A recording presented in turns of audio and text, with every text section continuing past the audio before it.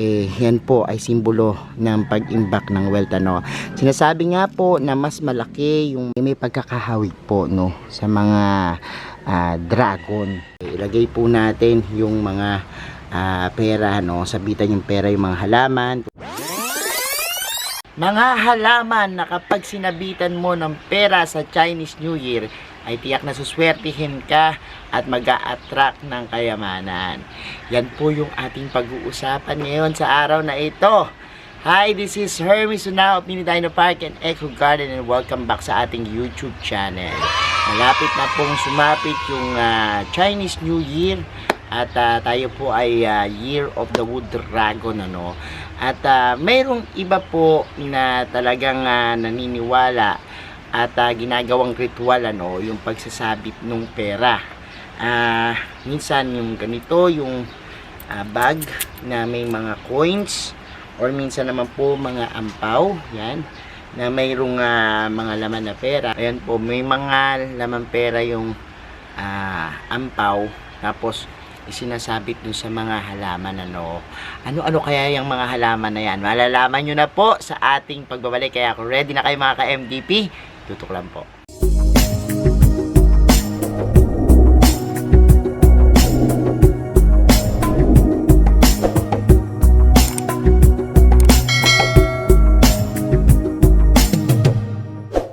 And we're back mga ka-MDP, at ngayon nga po iikot tayo sa ating garden. Papakita ko po sa inyo dahil meron po tayong 7 halaman na talagang ginagawang ritual na ipagsasabit sa kanila ng pera kapag sasapit yung Chinese New Year. At dahil nga po papalapit na yung Chinese New Year, tingnan po natin kung ano-anong mga halaman yan.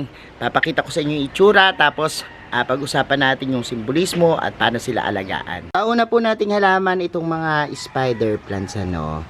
One thing na nakita natin sa mga spider plants is yung kanyang pagkakaroon ng anak, ano.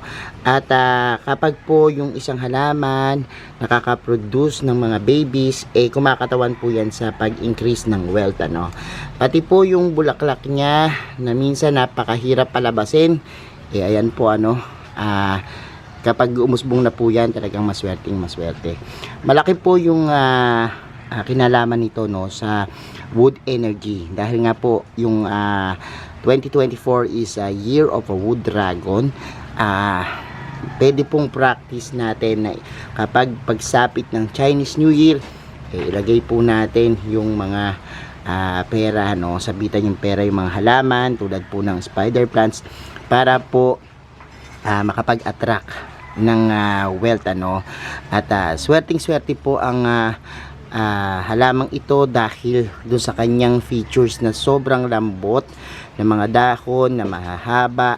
Yan po yung parang bumabalanse, no, dun sa pagtanggal ng negative energy, tapos pag-attract naman ng positive energy. Kaya po isa po yung mga spider plants. Tingnan nyo po kung meron kayo ng halamang ito, at yan po, pwede nyong lagyan niya ng mga pera kapag sasapit na po yung Chinese New Year. Sa pangalawa naman nating halaman, ito pong adenium, ano. Tinatawag din siyang desert rose kasi ito ay nasa pamilya din ng mga succulents, ano. Nag-store din po ng tubig sa kanyang katawan, ano. Maganda po na kapag sasapit na yung Chinese New Year, sabitan nyo po siya, no, dahil ito po maganda rin po yung simbolismo niya, no. Yung kanya pong hugis, no, yung pag-iimbak ng tubig dito sa kanyang mga pinakaugat, yan yung sa codex na tinatawag, yan po ay simbolo ng pag-imbak ng wealth, ano. Sinasabi nga po na mas malaki yung mga codex, yung mga ugat, yung mga trunks ng adenium, mas okay po yan, at mas nangangahulugan po yan ng mas malaking biyaya, ano.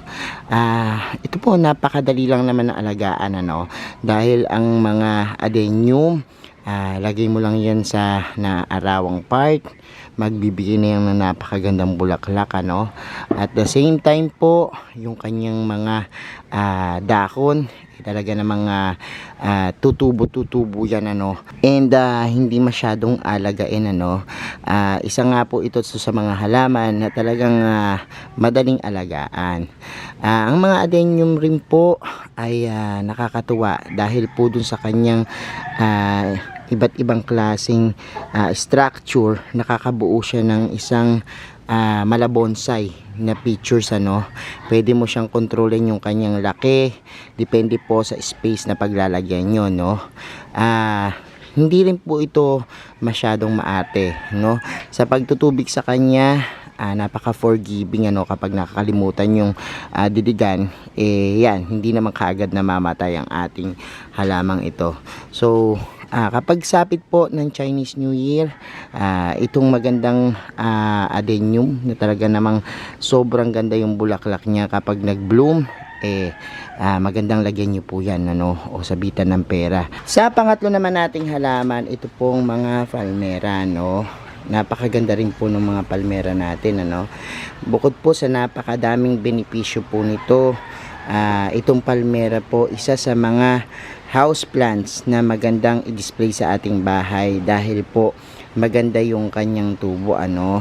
Kapag halimbawa pong gusto nyong ilagay ito dun sa mga corner ng bahay, pwedeng pwede po, no, kasi yung corner, mga sharp edges na tinitirahan ng mga negative energy, nagiging positive energy o nalalabanan nitong ating mga palmera, no.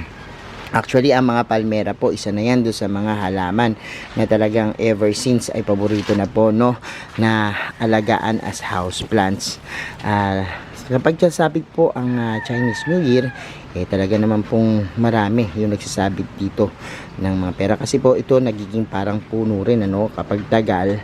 At yan po, kung makipapansin nyo po yung kanyang korting buntot ng dragon, ano, yung kanyang pinaka yan, leaves, no, dahil po yan meron siyang mahabang stem, tapos po nakapalibot yung kanyang mahahabang leaves, no, na parang sumisimbolo din nung katawan ng dragon, ano. Kaya po ito ngayong wood dragon, talaga naman pong isa sa magiging maswerteng halaman, ano. Sa susunod naman po nating halaman, itong mga anthurium, ano. Ang anthurium po, isa po yan sa magagandang halaman, ano, na ipang display sa ating bahay. Actually, marami pong varieties yan, ano. Pero itong isa po na ito, yung merong hugis puso, ano, at yan, may red na kulay na bulaklak. Yan po yung talagang maswerteng maswerte pagsapit ng Chinese New Year, ano. Dahil po, associated din yung kulay pula na color sa wood dragon, ano. Kaya po ito po, kapag sinabitan nyo ng mga pera kapag pagsapit ng New Year, ay makaka-attract po ng magandang vibes, ano, at magandang simbolismo niya, no, sa ating buhay.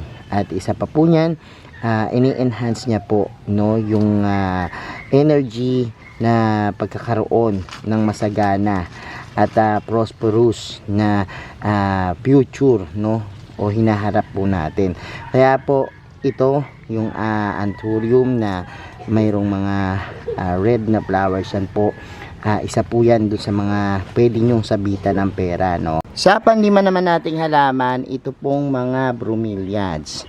Kung mapapansin nyo po yung hugis ng bromeliads, no, lalo na po yung ganitong varieties, may pagkakahawig po, no, sa mga dragon, no. Kaya kapag New Year's, kapag Chinese New Year's, isa po ito dun sa mga auspicious na plants na kinukolekta o inaalagaan, ano. Maaari din po yang magsabit kayo ng mga pera dyan at maglagay, no, na pampaswerte, dahil po ang mga bromeliads, yung kanilang mga kulay, yan po yung talagang sumisimbolo ng colorful life, ano. At the same time po, yung bromeliads, isa po yan dun sa mga humahatak ng pera, no, malakas humatak.